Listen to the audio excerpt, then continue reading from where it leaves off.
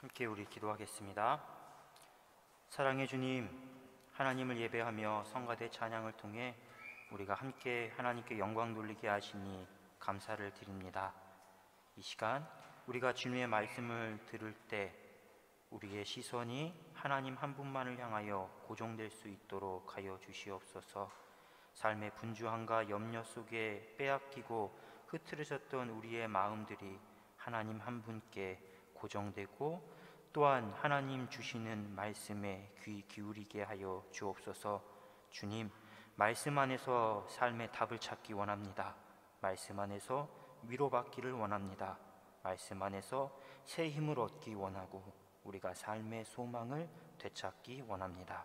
오직 주의 성령께서 이 시간 우리 가운데 역사하여 주시옵소서. 예수 그리스도의 이름으로 기도합니다. 아멘. 할렐루야. 네, 우리 성가대를 위해서 박수 한번 좀 격려해 주시면 좋을 것 같아요.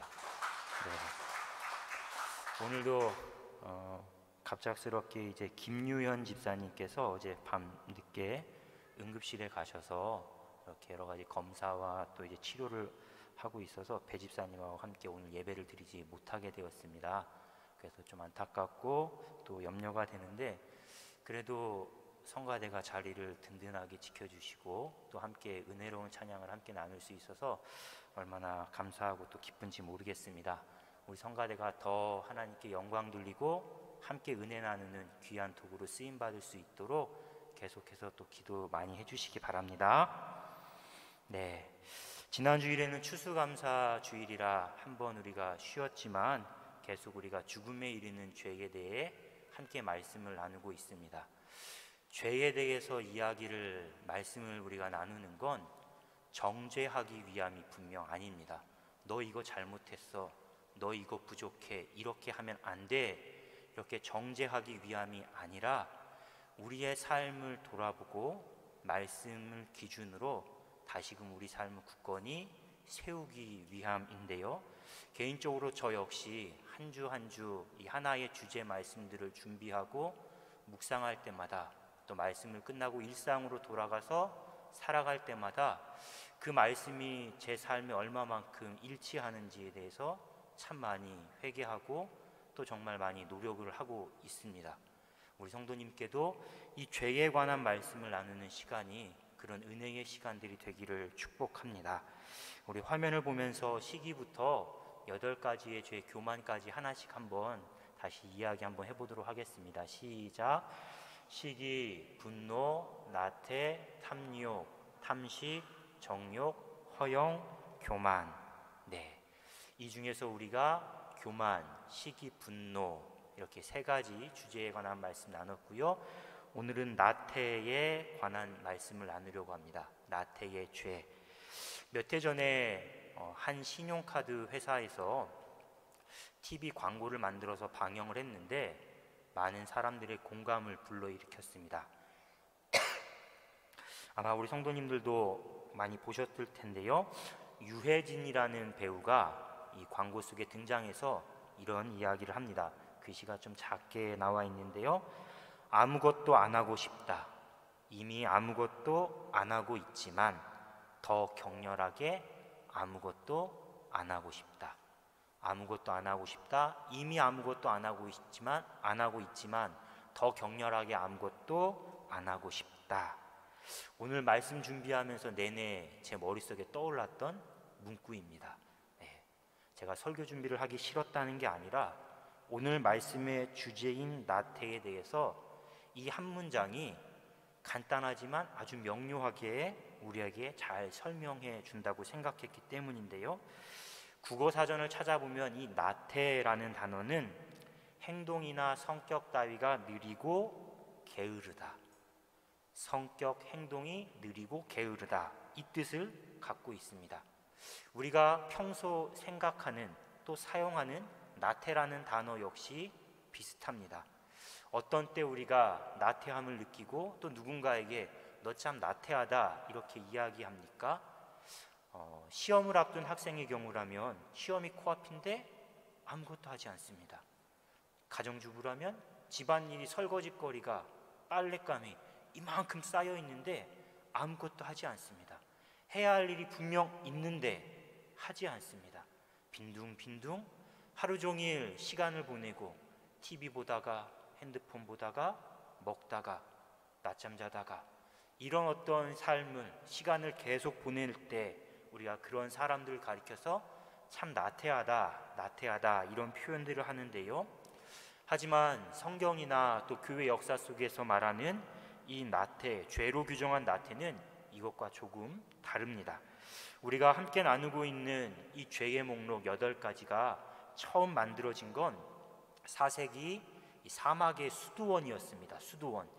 속세를 떠나서 내가 하나님께 더 집중하겠다, 어떤 경건 생활에 열심을 내겠다고 한 수도사들 아닙니까?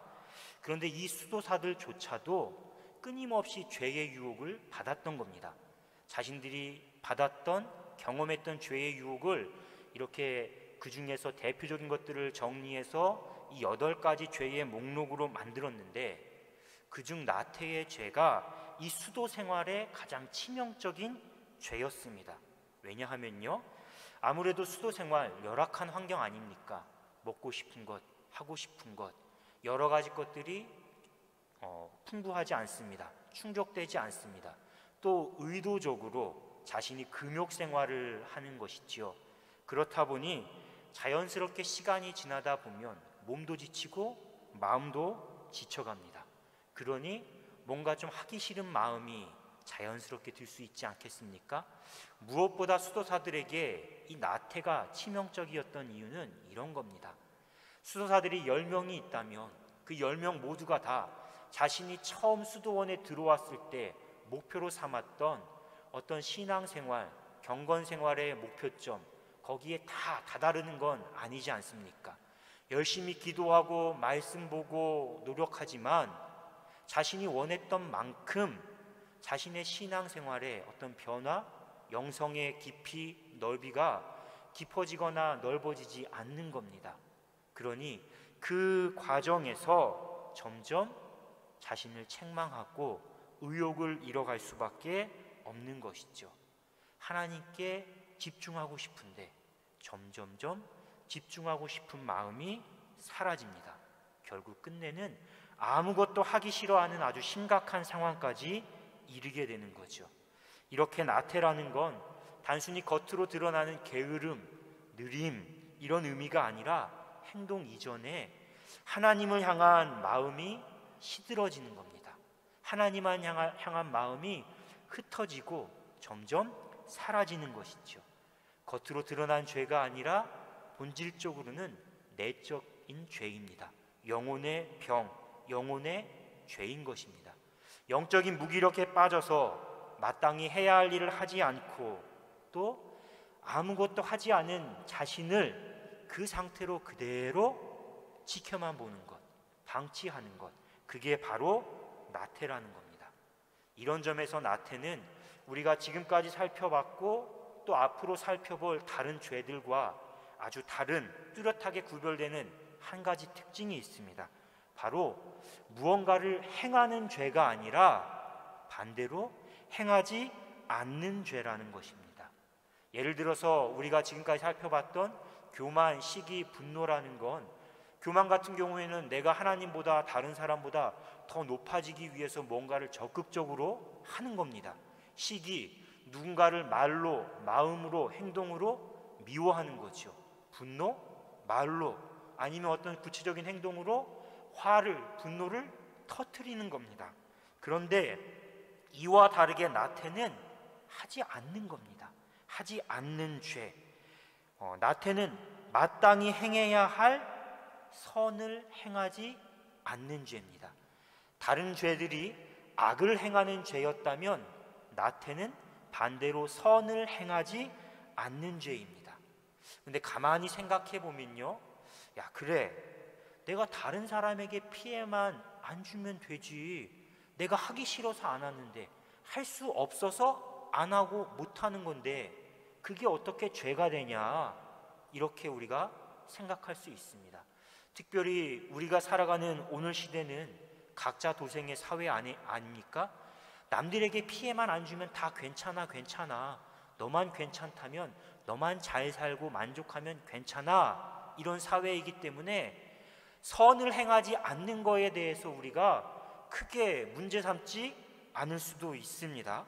그런데 성경이 말하는 죄라는 건 분명 선을 행하지 않는 것도 죄입니다. 악을 행하는 것도 죄이지만 그리스도인으로서, 우리가 하나님의 자녀로서 마땅히 행해야 할 선을 행하지 않는 건 역시 죄입니다. 죄의 이 두 가지 측면을 우리가 잘 이해하고 있어야 되는데요, 나태가 큰 죄가 되는 이 결정적인 이유도 마찬가지입니다. 마땅히 행해야 할 선, 그것을 행하지 않는 겁니다. 구체적으로는 예수님께서 가장 큰 계명이라고 말씀하셨던 하나님 사랑과 이웃 사랑을 이 나태가 거스르는 겁니다. 행하지 않는 겁니다. 그래서 죄가 되는 거죠. 나태의 반대말 무엇이 있을까요? 나태함의 반대말, 부지런함, 열심, 최선, 성실, 근면, 여러 가지 단어들이 있을 텐데요, 그 중에서 근면을 통해서 우리가 한번 나태의 죄에 대해서 한번 살펴볼 텐데요, 이 근면을 뜻하는 영어 단어는 diligence라는 단어입니다. diligence, 근면. 그런데 이 영어의 근면, diligence라는 단어는 그 기원, 어원을 찾아보면 라틴어인 딜리게레라는 단어에서 나왔습니다. 이 라틴어 딜리게레가 무슨 뜻이냐면요, 사랑하다라는 뜻입니다. 사랑하다. 사랑하다, 라틴어 딜리게레가 영어의 딜리전스가 되고 그것이 근면으로 변화가 된 것이죠. 단어가. 다시 말해서 근면하다, 성실하다, 부지런하다라는 이 그 시작이 바로 무엇에 있다는 겁니까? 사랑에 있다라는 겁니다. 우리가 지금 무엇인가를, 어떤 일을 마음을 다해서 행하고 있습니다. 사랑하고 있습니다. 그것은 내가 그 대상을 사랑하고 있다는 거죠. 열심히 하고 있다면 사랑하고 있다, 관심을 갖고 있다라는 뜻입니다. 반대로 내가 지금 무엇인가를 행하지 않습니다. 크게 관심을 두지 않고 소홀히 하고 있습니다. 어떤 의미가 되겠습니까? 내가 사랑하지 않고 있다. 아니면 이전만큼은 사랑하지 않고 점점 그 사랑이 식어가고 있기 때문에 내가 열심을 다하지 않는다, 이렇게 우리가 생각할 수 있습니다. 이렇게 보면 사랑의 반대말은 미움이 아니라 무엇이라고 합니까? 무관심. 사랑의 반대말은 미움이 아니라 무관심이라고 하는데 이 말이 맞는 말입니다. 애증이라는 말이 있지 않습니까? 애증. 자, 내가 누군가를 미워하는 마음 역시 그것이 아주 정말 작을지라도 그 안에, 미움 안에는 그래도 사랑이 있다라는 겁니다. 사랑하는 마음이 조금 남아있기 때문에 미워하기라도 하는 것이죠. 사랑의 마음이 정말 단 1도 하나도 남아있지 않다면 미워하지도 않고 무관심하다라는 겁니다. 이런 점에서 나태가 단지 행동이 느리고 게으른 그런 게 문제가 아니라 우리가 하나님을 사랑하지 않기 때문에, 이웃을 사랑하지 않기 때문에 범하는 죄, 그게 바로 나태라는 겁니다. 오늘 말씀에 등장하는 인물 가운데에 한 달란트 받은 종, 이 한 달란트 받은 종이 바로 나태한 사람, 나태한 신앙인의 전형적인 예라고 할 수가 있는데요, 말씀을 보면 비유 속의 주인은 자신의 종들에게 각각 5달란트, 2달란트, 1달란트 이렇게 나눠주고 타국으로 떠났습니다. 자, 주인이 종들에게 서로 다른 달란트를 나눠준 것, 그것은 주인이 가진 주인의 권한입니다. 그렇지 않습니까? 그렇다고 주인이 아무 기준 없이 종들에게 5달란트, 2달란트, 1달란트 이렇게 나눠준 게 아닙니다. 15절 말씀을 보면 주인은 각각의 재능에 따라 나눠줬다고 합니다. 어떻게 보면 가진 재능, 능력에 따라서 어떤 특성에 따라서, 기질에 따라서 주인이 알아서 잘 분배를 해준 것이죠. 그러니까 2달란트 받은 종이나 1달란트 받은 종이나 주인에게 가서 왜 우리에게는 이것밖에 주지 않습니까? 이렇게 원망할 이유가 하나도 없습니다. 또 2달란트, 1달란트 받은 종이 5달란트 받은 종을 시기할 필요도 없습니다. 주인이 재능에 따라 나눠준 거기 때문에 그것을 받은 종은 어떻게 해야 합니까? 주인이 주신 대로 그것을 가지고 최선을 다하면 되는 것입니다. 예수님께서 이 비유를 통해 말씀하시고자 한 건 역시 똑같습니다. 누가 적게 받았냐, 누가 많이 받았냐, 이것을 말하기 위함이 아닙니다. 또 누가 가장 많은 이윤을 남겼느냐, 그게 주님의 말씀 초점이 아닙니다. 이 점은요, 훗날 주인이 돌아와서 5달란트 받은 종이나 2달란트 받은 종들에게 똑같이 칭찬해 줬습니다. 또 똑같이 상을 베풀었습니다. 이 점을 보면 애초에 주인의 목적, 예수님이 이 말씀을 하신 취지가 많고 적음에 있지 않고 많은 이윤을 남겼느냐에 있지 않았다는 걸 우리에게 가르쳐 줍니다. 한번 21절과 23절 말씀을 비교해 보시기 바랍니다. 5달란트 받은 종과 2달란트 받은 종들에게 주인이 한 말입니다. 21절, 23절 똑같지 않습니까? 똑같습니다. 잘하였도다 착하고 충성된 종아, 내가 적은 일에 충성하였으므로 내가 많은 것을 내게 맡기리니 내 주인의 즐거움에 참여할지어다. 똑같습니다. 자, 자본주의 논리라면, 오늘 우리가 살아가는 이 세상의 논리라면 주인의 이 말, 주인의 지금 이 평가와 상은 공정하지 않은 겁니다. 왜냐하면요, 가장 많은 이윤을 남긴 5달란트 받은 종에게 당연히 가장 큰 칭찬을 해야 되고요, 가장 많은 상을 베풀어야 마땅합니다. 그게 오늘 우리가 살아가는 세상의 방식, 자본주의의 논리입니다. 그런데 주인은 그렇게 하지 않습니다. 처음부터 주인의 관심이 많은 이윤을 남기는 것이 아니라 종들에게 주인이 바라는 건 충성. 맡긴 일에 최선을 다했는가 하지 않았는가, 거기에 있었기 때문인 것이죠. 5달란트 받은 종, 2달란트 받은 종은 이런 주인의 마음을 잘 헤아렸습니다. 16절과 17절 말씀을 보시기 바랍니다. 펜이 있다면 한번 밑줄을 그어 보시기 바랍니다. 16절에 바로 가서, 5달란트 받은 자는, 종은 바로 가서 그것으로 장사했다고 합니다. 2달란트 받은 종은 어떻게 했다고 합니까? 똑같이 했습니다. 그 같이 하여. 2달란트 받은 종도 바로 가서 주인이 맡겨주자마자, 주인이 떠나자마자 그렇게 움직이면서 자기에게 맡겨진 일에 최선을 다한 것이죠. 바로 가서 그같이 하여. 아주 짧은 표현이지만 이 표현만으로도 우리는 이 두 종이 주인의 말에 정말 얼마나 최선을 다했는지, 얼마나 적극적으로 반응했는지 우리가 알 수 있습니다. 그런데 이와 다르게 1달란트 받은 종에게는 말씀을 보면 어떤 고민이나 열심을 우리가 찾아볼 수가 없습니다. 그는 어떻게 했습니까? 주인에게 받은 그대로 그냥 가져가서 땅에 묻어놓고 시간이 흘러가기만 그냥 기다렸습니다. 말 그대로, 우리가 하는 말 그대로 시간만 때웠다, 이렇게 할 수 있죠. 결국 결산의 주인은 그를 가리켜서 무엇이라고 말합니까? 악하고 게으른 종아, 무익한 종아, 그를 책망합니다. 또 그가 가진 1달란트마저 빼앗아서 10달란트 가진 자에게 주고 그에게 심판을 말씀하십니다. 이게 오늘 본문 말씀 내용인데요, 우리 성도님들께서 한번 생각해 보시기 바랍니다. 한 달란트 받은 종, 그 종이 잘못한 게 무엇일까요?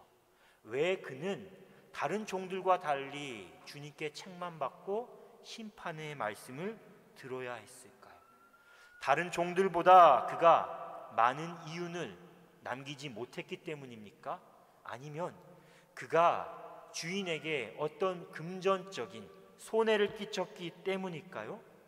아닙니다. 그게 아니라 한 달란트 받은 종이 책만 받고 심판의 말씀을 들은 것은 아무것도 하지 않았기 때문입니다. 주인이 맡긴 일에 최선을 다하지 않았기 때문인 것이지요. 한 달란트 받은 종이 왜 이렇게 행동했는지는 훗날 주인이 돌아왔을 때, 결산할 때 그가 주인에게 한 말을 보면 우리가 알 수 있습니다. 조금 쉽게 번역된 현대인을 위한 성경으로 제가 말씀을 옮겨봤는데요, 화면을 한번 보시기 바랍니다. 이렇게 그 종이 이야기합니다.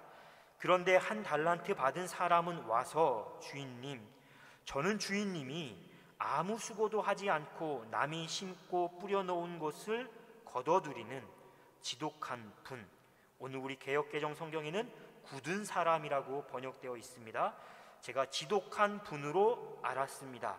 그래서 저는 두려워서 주인님의 돈을 땅속에 묻어두었다가 가져왔습니다. 보십시오, 주인님의 돈이 여기 있습니다 하였다. 자, 이게 한 달란트 받은 종의 말입니다. 그는 주인의 마음을 헤아렸습니까? 헤아리지 못했습니까? 헤아리지 못했습니다. 그럼에도 그는 자기의 책임을 회피하기 위해서 오히려 주인을 악한 사람으로 매도하고 있죠. 우리 개역개정 성경에는 굳은 사람, 현대인의 성경에는 지독한 사람이라고 주인을 매도하고 있습니다. 그런데 아이러니한 건요, 오늘 말씀의 상황을 보면 이 종이 주인을 가리켜서 한 말, 아무 수고도 하지 않고 남이 심고 뿌려놓은 것을 거둬들이는 지독한 분, 이 말은 주인을 향한 말이 아니라 바로 자기 자신을 가리키는 말입니다. 아무것도 하지 않았습니다. 그냥 땅에 묻어두면서 주인에게 다른 종들처럼 칭찬받고 상받기만을 원했던 것이죠. 주인을 가리키는 말이 아니라 자기 자신, 아무것도 하지 않은 자신을 가리키는 말이 되어버렸습니다. 사랑하는 우리 성도 여러분, 하나님께서는 마찬가지로요, 우리를 하나님의 자녀로, 또 이 땅에 하나님 나라를 세워갈 일꾼으로 부르시고 택하시지 않았습니까? 그런데 너희들 알아서 해라 이렇게 하신 것이 아니라 우리에게도 똑같은 서로 다르지만 달란트들 다 맡겨주셨습니다. 은사, 재능, 여러 가지 것들을 우리에게 주셨습니다. 그래서 우리도 그 주님에게, 하나님, 왜 나에게는 이것밖에 주지 않습니까? 이렇게 하나님을 원망하거나, 또 누가 더 많이 받았는가, 적게 받았는가, 누가 더 큰 성공을 거두었고 더 많은 이윤을 남겼는가, 이거 비교하면서 우열을 따지는 건 사실 필요하지 않은 겁니다. 지혜롭지 못한 일입니다. 말씀을 보십시오. 주인은 5달란트, 2달란트, 1달란트 받은 이 종들에게 말하면서 적은 일에 충성했다라고 하지 않습니까? 하나님 보시기에는 모두가 다 작은 일이죠. 그러니 누가 크니 누가 작니, 많고 적니 따지는 건 하나님 보시기에는 다 도토리 키재기입니다. 오히려 우리 맡은 자에게, 우리 그리스도인들에게 구할 것은 무엇이라고 합니까? 오늘 말씀에서도 그랬지만 사도 바울이 고린도 교회를 향해서 권면하기를, 맡은 자들에게 구할 것은 충성이다. 그 충성 한 가지 뿐이라는 겁니다. 오늘 본문이 마태복음 25장입니다. 그런데 마태복음 오늘 본문 바로 직전에 마태복음 24장 말씀에서 주님은 앞으로 하나님 나라가 이 땅 가운데 올 때 어떠한 징조가 나타날지에 대해서 말씀해 주셨습니다. 그리고 오늘 본문이 속한 마태복음 25장 1절은 그때의 천국은 마치라는 표현으로 시작합니다. 그러니까 하나님 나라가 이 땅에 올 때 어떤 일이 벌어질지를 말씀해 주시고 그 나라를 기다리고 준비하는 우리 믿는 자들이 어떠한 삶을 살아가야 할지에 대해서 가르쳐 주시는 거죠. 오늘 우리가 함께 읽은 달란트 비유도 이 맥락 속에서 우리가 이해해야 됩니다.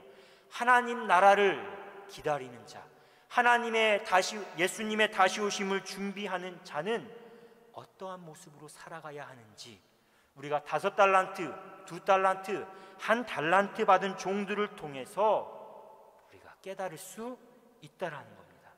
언제인지 알 수 없습니다. 하지만 주님은 꼭 다시 돌아와 결산하십니다. 종들에게 칭찬과 상급을 베푸시고 반대로 책망과 심판을 선언하셨습니다. 그러므로 우리 모두가 똑같이 혹시라도 지금 내가 1달란트 받은 종들처럼 하나님 주신 것들, 그 소중한 것들 땅에 그냥 묻어두고 있진 않은지 돌아봐야 하지 않겠습니까? 오늘 말씀을 통해서 우리 삶을 돌아볼 수 있는 그러한 은혜가 함께하기를 축복합니다. 나아가서 하나님을 향한 우리 안의 사랑, 우리 안의 열심으로 그 주신 것을 가지고 내가 풍성한 열매를 맺고 하나님의 칭찬과 상급을 받는 복된 삶 살아가시기를 주님의 이름으로 축복합니다. 그런데 우리가 이렇게 다짐했을 때 어김없이 우리 앞에 가로막고 서 있는 아주 커다란 장애물이 하나 있습니다. 그것이 무엇이냐면요, 내일로, 다음으로 계속해서 미루려는 마음이죠. 내일로, 다음으로. CCC라는 대학생 선교단체가 있습니다. 이 CCC를 설립한 김중곤 목사님 돌아가셨는데요, 그분이 쓰신 책 중에 이런 예화가 하나가 있습니다. 어느 날 마귀들이 다 같이 모여서 어떻게 하면 우리가 그리스도인들을 공격할 수 있는가 대책회의, 전략회의를 했다고 합니다. 1번 마귀, 2번 마귀, 3번 마귀부터 여러 가지 이야기들을 제안들을 합니다. 옛날처럼 박해를 가해야 된다, 고통 가운데에서 하나님을 원망하게 해야 된다, 여러 가지 이야기들을 하는데 그 중에서 산전수전 다 겪은 노련한 마귀가 짠 하고 아주 탁월한 제안을 하나 내놓습니다. 이런 겁니다. 인간 마음에 이렇게 우리가 속삭이기만 하면 사람들이 그냥 다 유혹에 넘어간다는 겁니다. 어떤 말을 인간 마음에 귀에 속삭이냐면요, 전도 열심히 하자, 기도 열심히 하자, 말씀 묵상 열심히 하자, 우리가 하나님께서 맡겨주신 일에 최선을 다하자, 이렇게 사람들에게 속삭이고 딱 마지막에 한마디를 덧붙이면 된다는 겁니다. 그러나 내일부터 하자, 그러나 다음부터 하자. 한번 저를 따라해 보시겠어요? 그러나 내일부터 하자. 네, 이 말, 이 생각이 실제 우리의 일상과 신앙생활에서 가장 두드러지게 나타나는 나태함의 모습입니다. 다음부터 해, 내일부터 해. 개인적으로 제가 코로나19를 겪으면서 우리의 신앙생활과 교회 생활에 가장 큰 영향력을 미친 것 중에 하나가 바로 이 미루는 성향, 미루려는 마음이지 않나 생각을 하는데요, 처음에는 감염의 걱정 때문에 또 교회의 어떤 사회적인 책임을 다하기 위해서 우리가 예배도 온라인으로 바꾸고 모임이나 행사도 중단하거나 다 연기를 했습니다. 그런데 이건 저의 경험이고 저의 고백입니다. 어느 순간부터 마음속에 그런 마음들이 드는 거죠. 마땅히 해야 되는데 다음에 하자, 좀 더 안정되면, 코로나 종식되면 그때 해도 되지 않나? 이런 마음들이 슬그머니 자리 잡기 시작하는 겁니다. 마땅히 해야 할 일, 할 수 있는 일까지 미루는 게 그냥 자연스럽고 당연한 일이 되어버린 것이죠. 그렇지 않습니까? 평소에도 우리는 이 미루는 성향, 나태함의 유혹에서 자유롭지 못합니다. 예를 들어서 우리가 가정에서도 그렇고요, 교회나 일터나 인간관계에 살아가다 보면 어디에서나 크고 작은 갈등들, 다툼들이 있기 마련 아닙니까? 자, 갈등이 있습니다. 문제가 있습니다. 당연합니다. 그런데 왜 쉽게, 왜 빨리 해결하지 못할까요? 그 이유 여러 가지가 있겠지만 그 이유 중에 하나도 나태함 때문입니다. 미루려는 생각 때문이죠. 자, 만나서 허심탄회하게 대화하면 됩니다. 이야기하면서 이건 이렇고 이건 저렇고 이야기하면서 서로의 다름, 문제의 원인이 무엇인지를 솔직하게 이야기하고 해결해 나가면 됩니다. 그런데 내가 먼저 만나자고 하지 않습니다. 내가 잘못한 게 없는데 상대에게 책임을 미루는 거죠. 지금 만나서 대화를 해야 되는데 다음에 기회 되면, 그 사람이 먼저 미안하다고 하면, 그렇게 미루기 때문에 계속해서 문제가 해결되지 않고 오해가 쌓이고 감정의 골이 깊어지는 것 아니겠습니까? 신앙생활도 마찬가지입니다. 시간 될 때 기도하자, 시간 될 때 말씀 묵상하자, 형편이 나아지면, 조금 괜찮아지면 그때 가서 봉사하자, 섬기자, 이런 생각을 갖고 우리가 계속 내일로 다음으로 미루게 됩니다. 이렇게 사탄은 우리로 하여금 계속해서 일단 해야 한다, 그 순간과 그 자리를 떠나게 하는 것이죠. 벗어나게 만드는 겁니다. 그리고 한 번, 두 번 반복하면서 습관이 되게 하고 어느 순간부터는 아예 잊어버리거나 그 자리로 돌아가기에는 너무 멀리까지 다다르게 하는 그 상황까지 우리를 계속 내모는 겁니다. 그야말로 나태함의 늪에 빠져서 빠져나오지 못하게 우리를 칭칭칭 감아 버리는 거죠. 그렇다면 우리가 이 나태함의 늪에 빠지지 않기 위해서 설령 지금 한 발을 담그고 있다라고 해도 빠져나오기 위해선 어떤 노력을 기울여야 할까요? 크게 두 가지를 생각해 봤습니다. 권면을 드리고 싶습니다. 가장 중요한 것은 이것입니다. 삶의 목적을, 소명과 사명을 다시금 깨닫는 것입니다. 다시금 확인하고 다시금 세우는 것이죠. 우리가 삶에 어려움이 찾아오고 문제가 있을 때, 그래서 내가 어떤 무너지기 전에 항상 먼저 마음이 무너집니다. 마음이, 겉으로 드러나는 문제 이전에 마음이 먼저 무너지기 마련인데요, 앞서 말씀드린 것처럼 나태도 똑같습니다. 겉으로 나타나는 게으름, 자꾸 회피하는 게 그게 문제가 아니라 먼저 우리의 영혼이 무기력함에 빠지는 게 문제인 거죠. 먼저 우리의 영혼이 하나님 사랑, 이웃 사랑, 그 관심과 사랑이 점점 식어가는 게 가장 큰 문제라는 겁니다. 말씀을 준비하면서 제가 내내 묵상하고 흥얼거렸던 찬양이 한 곡이 있습니다. 부르신 곳에서라는 찬양입니다. 하나님께서 우리를 택하시고 우리를 각자의 가정과 교회, 일터 속에 보내신 목적이 있지 않습니까? 하나님의 뜻이 있지 않습니까? 그 목적을 우리가 정확히 이해할 때, 그 목적에 따라 살아갈 때 우리가 나태함을 이길 수 있습니다. 환경의 조건, 열악함 어디에나 다 있습니다. 삶의 문제 하나 해결하면 또 하나 찾아오고 끊이지 않습니다. 그런데 왜 하나님께서 나를 이곳에 보내셨는가? 하나님께서 나를 향해 갖고 계신 뜻이 무엇인가? 그 이유를 우리가 분명히 깨닫고 붙잡고 있으면 나태함에 빠지지 않습니다. 흔들리지 않게 되는 거죠. 어떤 상황 속에서도 하나님을 예배할 수가 있습니다. 어떤 상황 속에서도 하나님께 감사할 수 있고요, 하나님을 찬양하면서 살아갈 수 있는 것입니다. 그래서 혹시라도 지금 내가 이 무기력함, 나태함 때문에 힘들어한다면, 일상도 그렇고 신앙생활도 괴롭다면 다른 무엇보다도 다른 거 막 복잡하게 할 게 아니라 딱 한 가지 물음을 갖고 하나님께 나아가시기 바랍니다.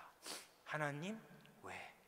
하나님 왜 나를 이 땅에 살게 하셨고, 하나님 왜 나를 우리 가정에 보내셨고 교회에 보내셨고 왜 나에게 이 일을 맡기셨습니까?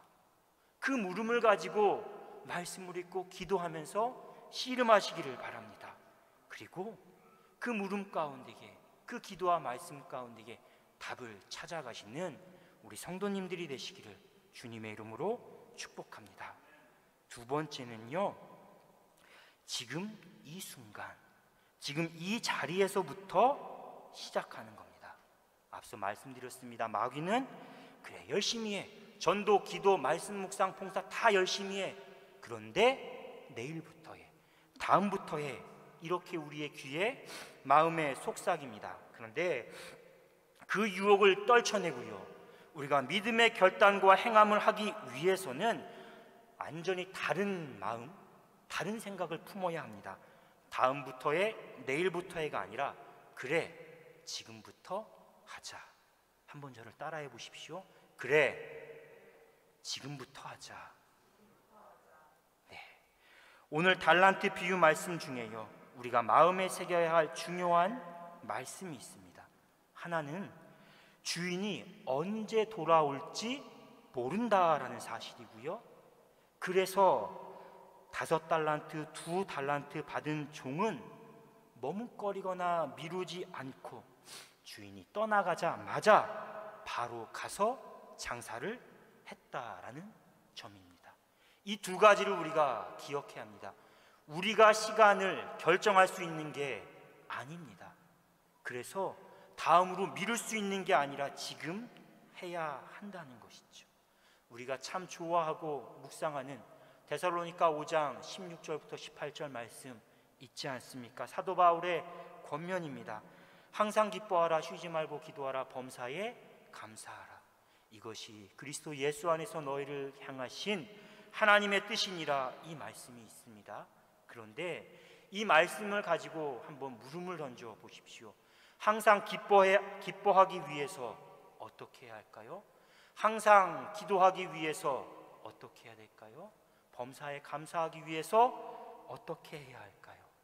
지금 기뻐해야 되고요, 지금 기도하고 지금 감사해야 됩니다. 지금 기도, 감사, 기뻐하는 사람이 항상 기뻐하고 쉬지 말고 기도하고 범사에 감사하는 사람입니다.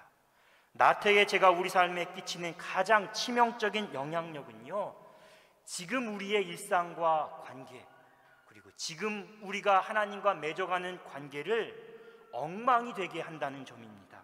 지금 속상하니까 내일 기뻐해, 지금 바쁘잖아, 기도 다음에 해, 시간 될 때 해, 나중에 더 좋은 일이 생겼을 때 그때 감사해, 그때 감사해, 이렇게 계속해서 우리를 유혹하는 것이죠.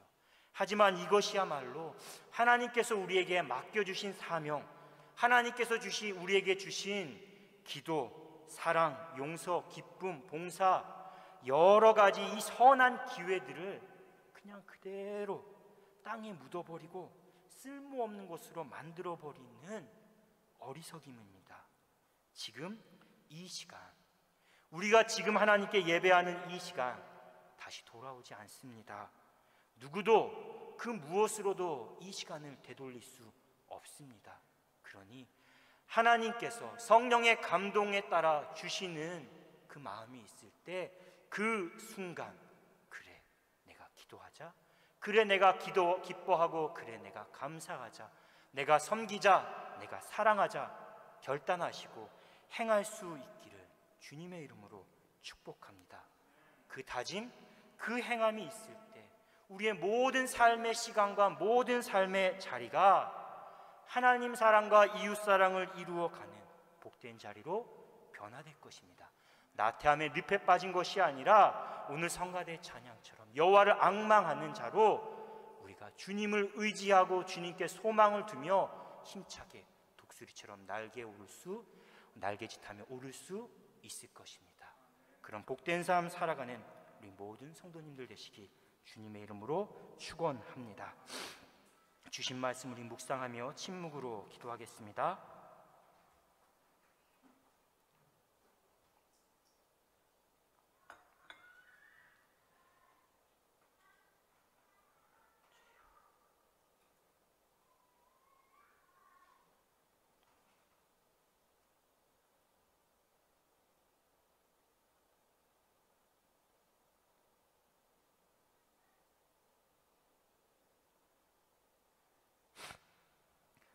사랑의 주님, 우리의 마음이 지치거나 혹여 낙심하지 않게 하여 주옵소서.